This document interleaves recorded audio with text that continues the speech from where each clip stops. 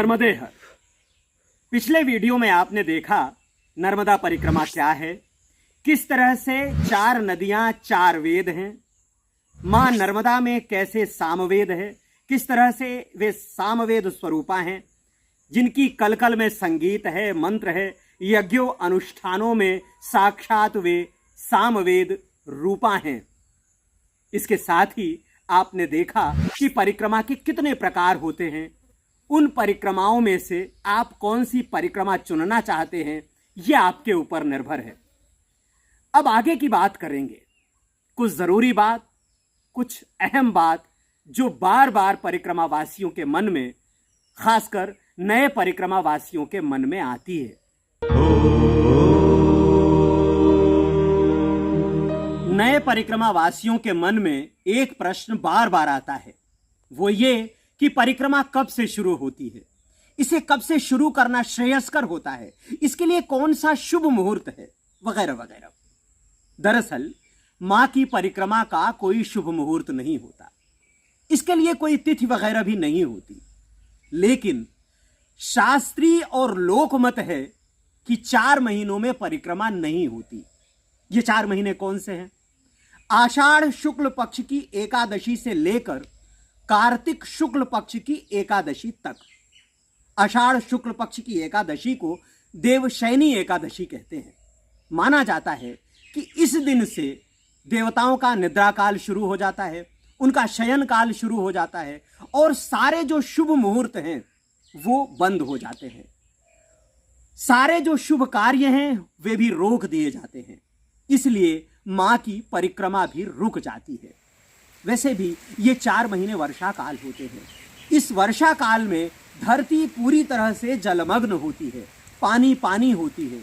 इस वर्षा काल में पेड़ पौधों का विकास हो रहा होता है, इस वर्षा काल में खेती हो रही होती है। इसलिए सारे जो लोक व्यवहार के कार्य हैं, सारे जो तीर्थाटन के कार्य हैं वो बंद कर दिए जाते हैं, वे रोक दिए जाते हैं। फिर कार्तिक शुक्ल पक्ष की एकादशी, जिसे देव उठनी एकादशी कहते हैं, जिसे देव उत्थान एकादशी कहते हैं, कई जगह इसे दिवाली के बाद छोटी दिवाली कहते हैं, इसे डिठवन भी कहते हैं। अलग अलग क्षेत्रों में अलग अलग नाम से इसे पुकारा जाता है। इस समय से जब देव उठ जाते हैं, जाग जाते हैं, सारे शुभ कार्य शुरू हो जाते हैं, तो परिक्रमा का कार्य भी शुरू हो जाता है। परिक्रमा भी पूरी तरह से शुरू हो जाती है। तो इन 4 महीनों में एक तरह की बंदिश रहती है और पूरे 8 महीने अनवरत परिक्रमा चलती रहती है। कुछ लोग दशहरे से, दशहरा जिसका अर्थ मानते हैं शास्त्रीय और लोकमत में कि हमारे 10 द्वार 10 दिशाएं खुल जाती हैं, सारे मुहूर्त इस दिन होते हैं, इसलिए इस दिन से परिक्रमा भी शुरू कर सकते हैं। बहुतेरे लोग ये परिक्रमा शुरू भी कर देते हैं। लेकिन मेरी अपनी मान्यता, मेरा अपना अनुभव ये है कि परिक्रमा कार्तिक शुक्ल की एकादशी के बाद से ही शुरू करनी चाहिए। उस दिन से शुरू करनी चाहिए या उसके बाद शुरू करनी चाहिए, क्योंकि तब तक रुक रुक कर बारिश होती रहती है और बारिश के दौरान आप वन में, जंगल में किसी तरह से परेशान हो, उससे श्रेयस्कर है, उससे भला है कि आप परिक्रमा तब शुरू करें जब बारिश पूरी तरह से रुक जाए। अगर 1 आध दिन कहीं बारिश होती है तो उसे आप सह सकते हैं, उस दौरान उस बाधा को आप पार कर सकते हैं। लेकिन अगर बार बार बारिश होगी तो दिक्कत होती है परिक्रमा करने में भी, साधना में भी। तो अच्छा होगा कि देव उठनी एकादशी के बाद अर्थात नवंबर महीने से ये परिक्रमा शुरू की जाए। अगर आप मां के तट तट चलना चाहते हैं तब तो हर हाल में नवंबर से या दिसंबर महीने से ये परिक्रमा शुरू करें। और अगर अमरकंटक से शुरू करना चाहते हैं तब तो मेरा सुझाव है कि पूरी तरह से इसी समय करें, क्योंकि अमरकंटक से लेकर डिंडोरी तक, बल्कि मंडला तक कई जगह घने वन हैं और उन घने वनों में बारिश के दौरान मुश्किल आ सकती है। रास्ते में घास वगैरह काफ़ी ऊंची होती है, झाड़ झंखाड़ होता है और तब तक दशहरे तक वो पूरी तरह से साफ नहीं होता। गलियां ऐसी नहीं बनती कि आपको मार्गदर्शन मिल सके, उन गलियों से आगे जाने का मार्ग मिल सके। इसलिए बहुत अच्छा होगा कि परिक्रमा देवउठनी एकादशी के बाद शुरू करें।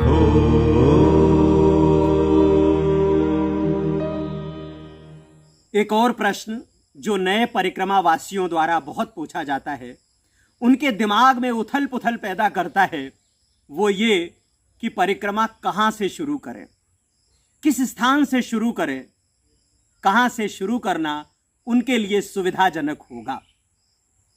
सच ये है कि मां की परिक्रमा कहीं से भी, किसी भी घाट से शुरू की जा सकती है। कोई भी बंधन नहीं है कि फला जगह से ही, फला स्थान से ही परिक्रमा शुरू करनी है। लेकिन दो स्थानों का विशेष महत्व है। एक है अमरकंटक, जहां से मां नर्मदा का उद्गम होता है, और दूसरा है ओंकारेश्वर, जहां हम परिक्रमा पूरी करने के बाद भगवान ओंकार को जल चढ़ाते हैं। ये दो स्थान बहुत महत्वपूर्ण हैं और दोनों स्थानों से बहुतायत में परिक्रमा शुरू होती है। परिक्रमा करने वाले ज्यादातर लोग इन्हीं दो स्थानों से परिक्रमा शुरू करते हैं। अमरकंटक से क्यों शुरू करते हैं? इसलिए कि मां का उद्गम है। यहां माई की बगिया भी है और नर्मदा कुंड भी है। इन दो जगहों से कहीं से भी परिक्रमा उठाई जा सकती है। अमरकंटक से परिक्रमा उठाने का एक सुख यह भी है कि हम मां के जन्म से, मां के उद्गम से मां को निहारना शुरू करते हैं और उनके तट पर चलते हुए उनकी बाल लीला को देखते हैं, फिर उनकी किशोरावस्था को देखते हैं, फिर उनके यौवन को देखते हैं, और इसके बाद उनके विशाल स्वरूप को देखते हैं, और फिर सागर में उनका विसर्जन निहारते हैं। इस तरह से क्रमशः उनका विकास दिखाई देता है। इसलिए कुछ लोग जो मां नर्मदा को आद्योपांत देखना चाहते हैं, वे अमरकंटक से परिक्रमा शुरू करते हैं। मेरा सुझाव है कि अगर आप अमरकंटक से परिक्रमा शुरू करना चाहते हैं तो ठीक उसी दिन मत आएं, 2-4 दिन पहले अमरकंटक पहुंचें और अमरकंटक की खूबसूरती का भी पान करें। अमरकंटक बहुत खूबसूरत जगह है। इसे बद्रीनाथ का टुकड़ा कहा जाता है। घने शाल वन हैं, बहुत ऊंचे ऊंचे पेड़ हैं, पत्थर हैं, उनके बीच से बहती मां नर्मदा हैं, दूसरी अन्य नदियां भी हैं, दूसरे अन्य मंदिर भी हैं। उन्हें देखें। सोन नदी का उद्गम यहीं से है। सोन नदी जब नीचे पहाड़ पर उतरती हैं तो ऐसा मनोरम दृश्य बनाती हैं कि देखते ही आंखें तृप्त हो जाएं। उसे निहारें, उसे देखें, तनिक उसकी संगत करें।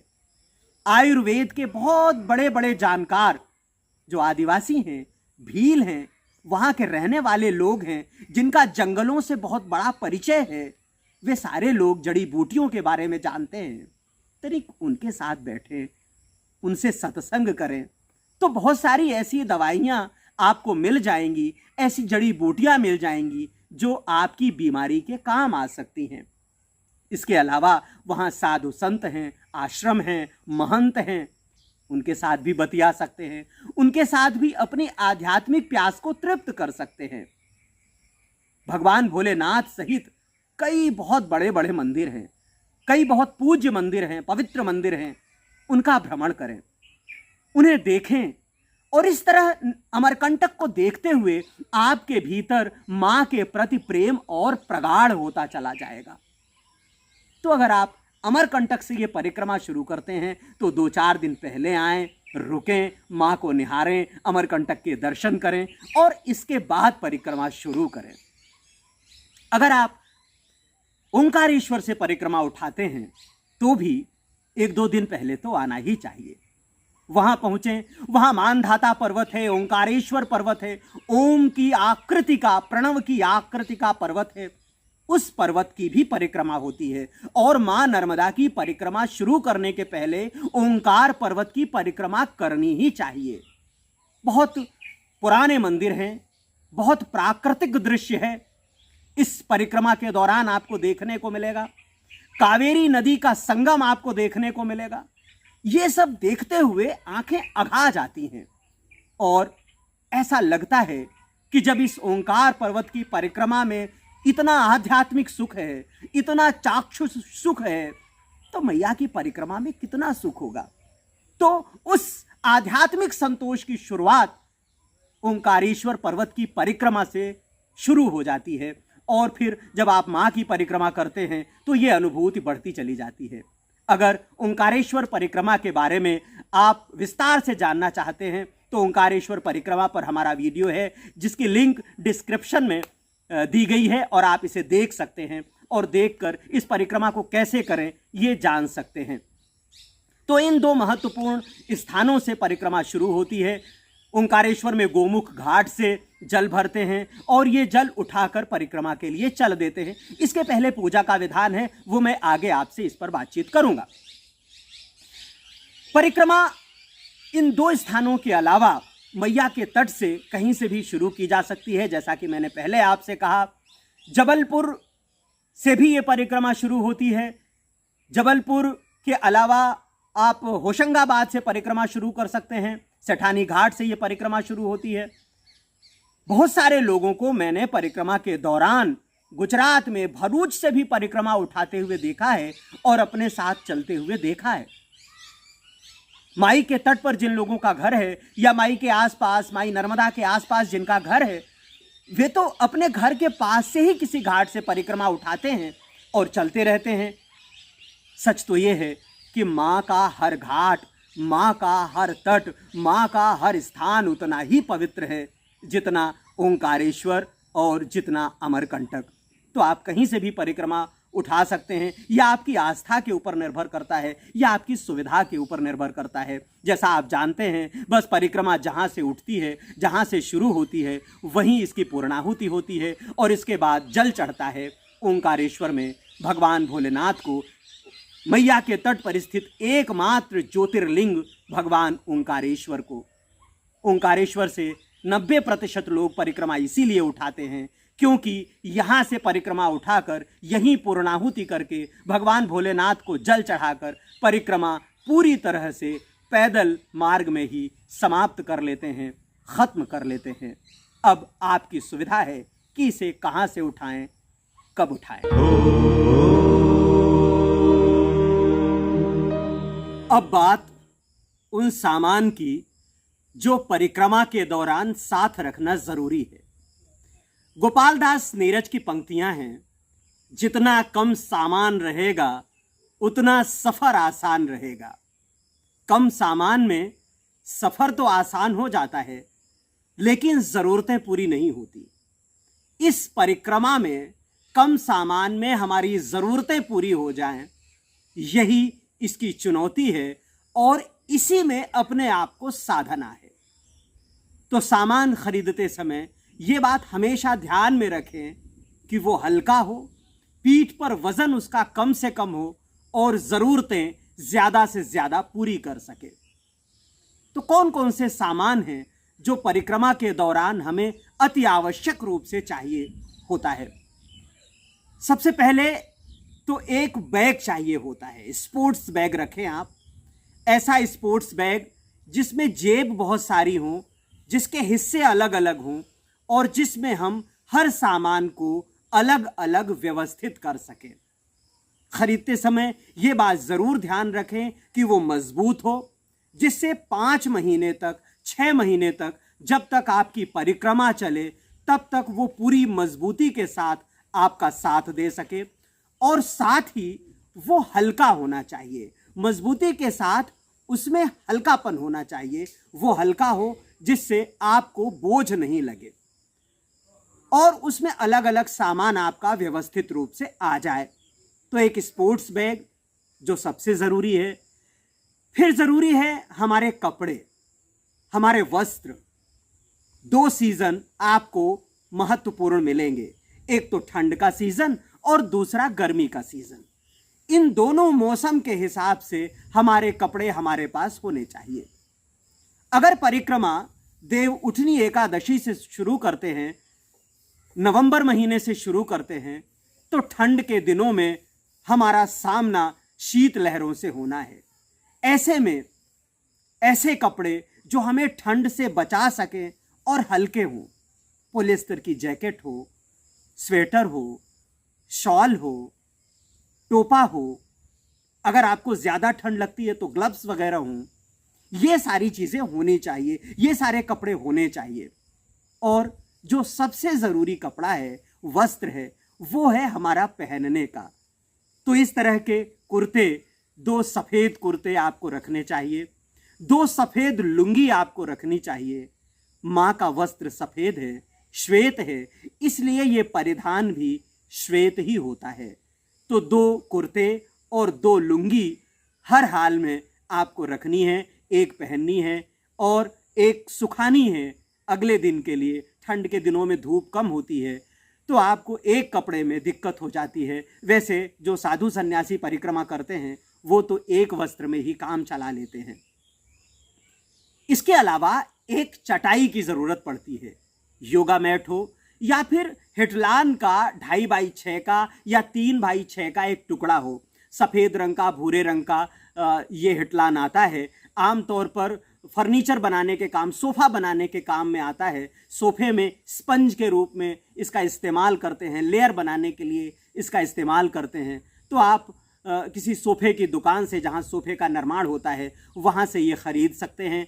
योगा मैट आप रख सकते हैं। ये मैट आपको रात के सोने के लिए काम करेगी और साथ ही आसन का काम भी करेगी। जब आप पूजा करेंगे तो पूजा करने के लिए आपका आसन भी ये बनेगी और शयन के लिए ये आपका बिछोने का काम करेगी। तो इस तरह से चटाई हमारे लिए ज़रूरी है। फिर जो सबसे ज़रूरी है ठंड के दिनों के लिए, और अगर बीच में बारिश होती है थोड़ी बहुत तो उससे भी बचाव के लिए, वो है स्लीपिंग बैग। स्लीपिंग बैग, जैसा इसके नाम से ही पता चलता है, एक अंदाज़ा लगता है कि एक बैग जिसमें सोने का काम होता है, जिसमें हम सो सकते हैं। ठंड के दिनों में इसमें बचाव काफ़ी बहुत अच्छे तरीके से होता है। ये स्लीपिंग बैग 2.5 बाई 6 का होता है। 3 तरफ से इसमें चेन लगी होती है और आप उसके अंदर घुस जाइए, चेन बंद कर लीजिए और आराम से पूरी रात बिताइए। किसी तरह की कोई चिंता, ठंड का कोई दबाव आपके पास नहीं होता, ठंड की कोई मार इस स्लीपिंग बैग की वजह से नहीं होती। न केवल मैया की परिक्रमा करने वाले बहुतेरे लोग अपने साथ ये स्लीपिंग बैग रखते हैं, बल्कि पहाड़ों की, हिमालय की ट्रैकिंग करने वाले लोग भी इस तरह की स्लीपिंग बैग का इस्तेमाल करते हैं। तो आप ये रख सकते हैं। ख़रीदते समय इतना ध्यान ज़रूर रखें कि बहुत भारी नहीं हो, उसका वज़न बहुत ज़्यादा नहीं हो, हल्का हो, कम वज़न का हो, क्योंकि माँ के परिक्रमा पथ पर इतनी ठंड नहीं पड़ती कि बर्फ़ में आपको जमना पड़े, बर्फ़ का सामना करना पड़े। जितनी ठंड पड़ती है उसमें हल्का स्लीपिंग बैग भी काम कर जाता है। मैंने तो कई साधु संतों को इस तरह से देखा है कि वे एक पॉलीथीन रखते हैं, एक बरसाती रखते हैं, उसके अंदर से एक चादर साटते हैं और उस चादर और बरसाती को ओढ़कर सो जाते हैं। कोई ठंड नहीं लगती। लेकिन शहरी लोग, शहर से आने वाले लोग जब सुविधाएं छोड़कर आते हैं तो इस तरह माह के तट पर थोड़ी परेशानी होती है। तो उस परेशानी से बचने के लिए आप स्लीपिंग बैग का इस्तेमाल कर सकते हैं। फिर इसके बाद आपको चाहिए होता है बर्तन, कुछ ज़रूरी बर्तन जो साथ रखना ही पड़ता है। एक थाली है, एक ग्लास है, ये तो अत्यंत आवश्यक है, क्योंकि कहीं भी आप या तो खाना बनाते हैं या खाना मिलता है, ऐसी स्थिति में इस पात्र की ज़रूरत होती है। पानी पीने के लिए ग्लास की ज़रूरत होती है, चाय पीने के लिए उसी ग्लास में काम चलता है, क्योंकि बहुत जगह ऐसी है जहां आपको पात्र नहीं दिया जाता, वो आपके ही पात्र में चाय भी देते हैं और आपके ही पात्र में वे भोजन परोसते हैं। इसलिए थाली और ग्लास तो हर हालत में आपके पास होनी ही चाहिए। इसके अलावा अगर आप थोड़ा और वज़न ढो सकते हैं तो एक कटोरी और एक चम्मच भी साथ रखें, उससे भी आपको सब्ज़ी खाने में और कभी अगर मीठा कुछ खाने को मिलता है तो उसके लिए एक अलग से पात्र हो जाएगा। दाल वगैरह रखने के लिए भी वो पात्र अलग हो जाएगा। ये आप कितना अपनी सुविधाएं बढ़ाना चाहते हैं उसके ऊपर ये निर्भर करता है। इसके अलावा जो सबसे ज़रूरी बर्तन है वो है आपका कमंडल। एक स्टील का कमंडल, कुछ लोग, कुछ साधु सन्यासी तो पीतल का पूरा कमंडल रखते हैं, वजनदार कमंडल रखते हैं, लेकिन हम लोग कोशिश ये करते हैं कि वजन कम से कम हो, इसलिए स्टील का एक लीटर का, 1.5 लीटर का या 2 लीटर का अधिकतम हम कमंडल रखते हैं, जो हमें सुबह सुबह मैया में स्नान करने के काम से लेकर पानी पीने, साथ में पानी लेकर चलने तक के काम आता है। शौच क्रिया में भी वही कमंडल काम आता है। इस तरह ये कमंडल बहुउपयोगी होता है। मैया के तट पर चलते हुए सबसे ज़्यादा इस कमंडल की ज़रूरत पड़ती है। अगर कहीं चाय नहीं मिल रही है, जंगल में है, तो उसी में चाय भी बना लेते हैं। ज़रूरत पड़े, कुछ भी नहीं मिल रहा है, तो भिक्षाटन करने के बाद उसी में चावल बना लेते हैं, खिचड़ी बना लेते हैं, तो भोजन बनाने का काम भी इस पात्र में हो जाता है। इसलिए कमंडल बहुत ज़रूरी है और परिक्रमा के दौरान अत्यंत आवश्यक है, जो साथ में लेकर चलना होता है। जरूरी सामान की सूची तैयार कराते समय छोटे से शिवलिंग की बात तो मैंने की, लेकिन कुछ और आवश्यक चीजें रह गईं। जैसे मां नर्मदा की एक छोटी सी फोटो जरूर होनी चाहिए साथ में, फोटो या प्रतिमा, जैसा आप चाहें। इस फोटो की हम पूजा करते हैं उस समय, खासकर जब मां नर्मदा हमारे सामने नहीं होती, या सुबह शाम आरती करते समय हम ऐसे स्थान पर रहते हैं जब साक्षात प्रवाहित होते हुए मां नर्मदा हमें दिखाई नहीं देती, तब हम मूर्ति स्वरूप में, प्रतिमा स्वरूप में, चित्र स्वरूप में उनके दर्शन करते हैं और उनकी पूजा करते हैं। उनके पूजन के लिए छोटा सा एक दीप, देसी गाय का घी, धूप, जो भी आप पूजा में शामिल करना चाहते हैं, कुंकुम जरूर होना चाहिए। और अगर आप साधना और आराधना के लिए हैं, जप वगैरह करते हैं, तो तुलसी या रुद्राक्ष की माला भी आपके पास होनी चाहिए, जिससे आप सुबह शाम जाप कर सकें, अपने इष्ट की आराधना कर सकें, मां नर्मदा की अर्चना कर सकें। परिक्रमा के लिए साथ में जरूरी होता है दंड, बांस की लाठी। यह दंड हमें पूजा के काम में भी आता है और यह दंड हमें नर्मदा मैया की परिक्रमा में पूरी तरह से साथ देता है। तीसरे पैर की तरह होता है। 2 पैर अगर हमारे ये हैं, हमारे साथ चलते हैं, तो तीसरा पैर इस दंड के रूप में होता है, जो हमें पहाड़ों को पार कराता है, जो हमें नदियों को पार कराता है, जो हमें नालों को पार कराता है, जो हमें खंदकों को पार कराता है, जो हमें फिसलने से बचाता है, जो हमें संतुलन देता है। तो ये दंड बहुत सारा काम आता है। कई बार जंगल से गुजरते समय, गांवों से गुजरते समय कई पशु हमारा पीछा करते हैं, कई बार खतरनाक पशु हमारा पीछा कर लेते हैं, तो ये दंड उन्हें डराने के काम में आता है।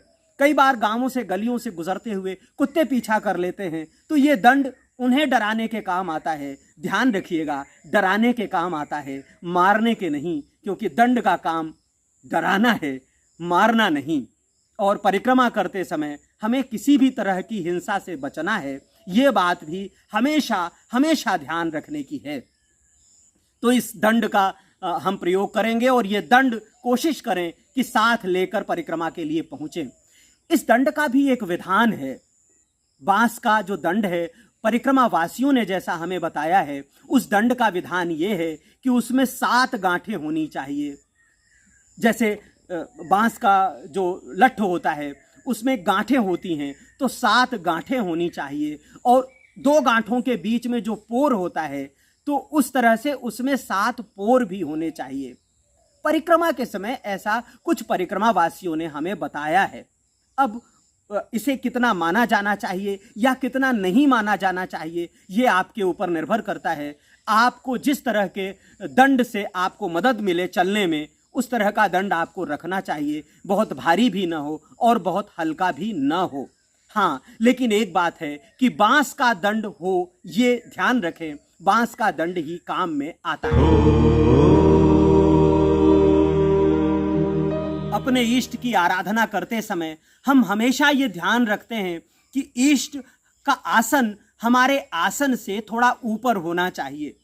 आप इसके लिए अलग से आसन अपने साथ रख सकते हैं। लेकिन जितना सामान बढ़ता चला जाता है, हमारा बोझ भी उसी तरह से बढ़ता चला जाता है। इसके लिए हमने एक रास्ता निकाला था। खाने की थाली को पूजा करते समय उल्टा करके रख देते थे और उसके ऊपर माँ की चूनर बिछा देते थे, एक चूनर बिछा देते थे, और फिर माँ की फोटो और जो हमारा पात्र है जल स्वरूप में जो शीशी है उसे रख देते थे। इस तरह हमारे आसन से मैया का आसन ऊंचा हो जाता था और हम पूजा कर लेते थे, सुबह की भी शाम की भी। आप भी अगर चाहें तो इस तरह का कोई जुगाड़ कर सकते हैं। इस तरह की ट्रिक का इस्तेमाल करके, अपनी थाली का इस्तेमाल करके माँ का आसन अपने आसन से ऊंचा कर सकते हैं। एक ज़रूरी बात और, अगर आप परिक्रमा के लिए आते हैं और पहली बार परिक्रमा के लिए आ रहे हैं, नवागत परिक्रमावासी हैं, तो अमरकंटक से या ओंकारेश्वर से एक मार्गदर्शिका, परिक्रमा की मार्गदर्शिका या कल्पावली, ध्यान से सुने, कल्पावली या मार्गदर्शिका। कल्पावली और मार्गदर्शिका में पूरी परिक्रमा का जो मार्ग है उसके बारे में विस्तार से जानकारी होती है।